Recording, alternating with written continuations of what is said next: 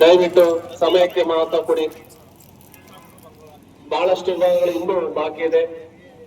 ನಮ್ಮ ವೈದ್ಯಾಧಿಕಾರಿಗಳು ಪಶುಪಾಲನಾ ಇಲಾಖೆಯಿಂದ ಬಹಳ ಬೆಳಗ್ಗೆಯಿಂದ ಕರ್ತವ್ಯ ನಿರ್ವಹಿಸ್ತಾ ಇದ್ದಾರೆ. ಬಿಸಿಲಿನಲ್ಲಿ ಅವ್ರಿಗೆ ಸಹಕರಿಸಿ ಪದೇ ಪದೇ ಅನೌನ್ಸ್ ಮಾಡೋಕೆ ಮಾಡ್ಕೊಡಿ.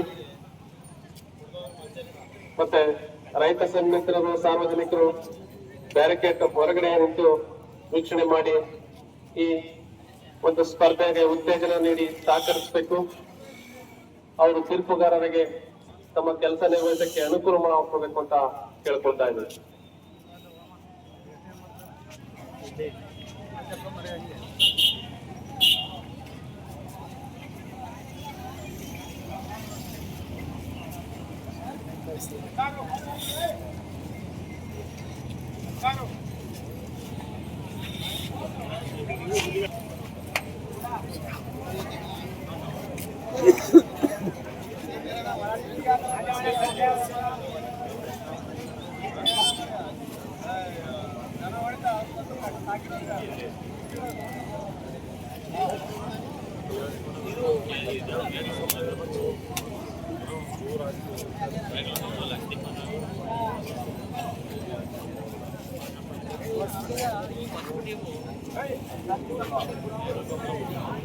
ಪ್ರಾರಂಭ ಆಗ್ತಾ ಇದೆ.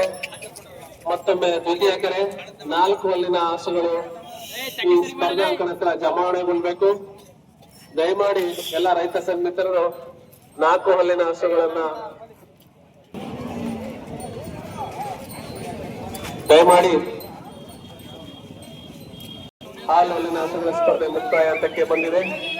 ಈಗ 2 ಹಲ್ಲಿನ ಹಸುಗಳು ಅಂಕಣದ ಒಳಗೆ ಬಂದು ಸಿದ್ಧತೆ ಮಾಡ್ಕೊಳ್ಬೇಕು.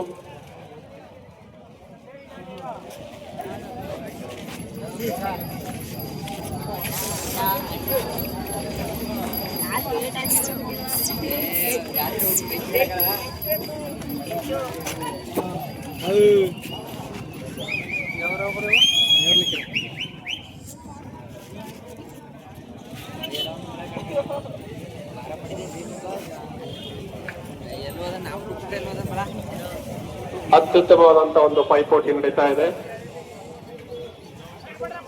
ಬಹಳ ಅಚ್ಚುಕಟ್ಟಾಗಿ ಒಂದು ವ್ಯವಸ್ಥಿತವಾಗಿ ಈ ಒಂದು ಕಾರ್ಯಕ್ರಮ ನಡೆಸಕ್ಕೆ ವ್ಯವಸ್ಥೆ ಮಾಡಿದಂತ ಜಾತ್ರಾ ಸಮಿತಿ, ದನಗಳ ಜಾತ್ರಾ ಸಮಿತಿ ಮತ್ತೊಮ್ಮೆ ಹೃತ್ಪೂರ್ವಕವಾದಂತ ಅಭಿನಂದನೆಗಳನ್ನ ತಿಳಿಸ್ತಾ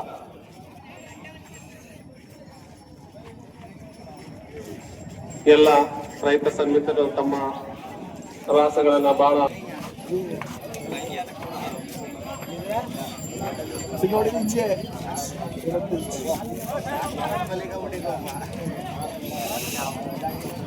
ಹಾಲು ಹಾಲಿನ ಹಸುಗಳ ಸ್ಪರ್ಧೆ ಇನ್ನೇನು ಕಡೆ ಘಟ್ಟಕ್ಕೆ ಮುಕ್ತಾಯ ಹಂತಕ್ಕೆ ಬರ್ತಾ ಇದೆ.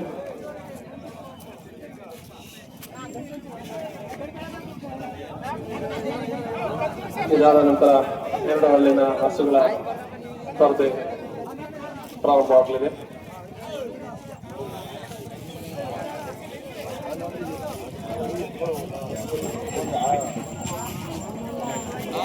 ಎಲ್ಲ ಸಾರ್ವಜನಿಕ ಈಗ ಸ್ಪರ್ಧೆಗೆ ಸಿದ್ಧರಾಗಿದ್ದಾವೆ. ಅವರಿಗೆ ನಮ್ಮ ಸಮಿತಿಯ ಪರವಾಗಿ ಅಭಿನಂದನೆಗಳನ್ನ ಸಲ್ಲಿಸ್ತಾ ಇದ್ದೇವೆ.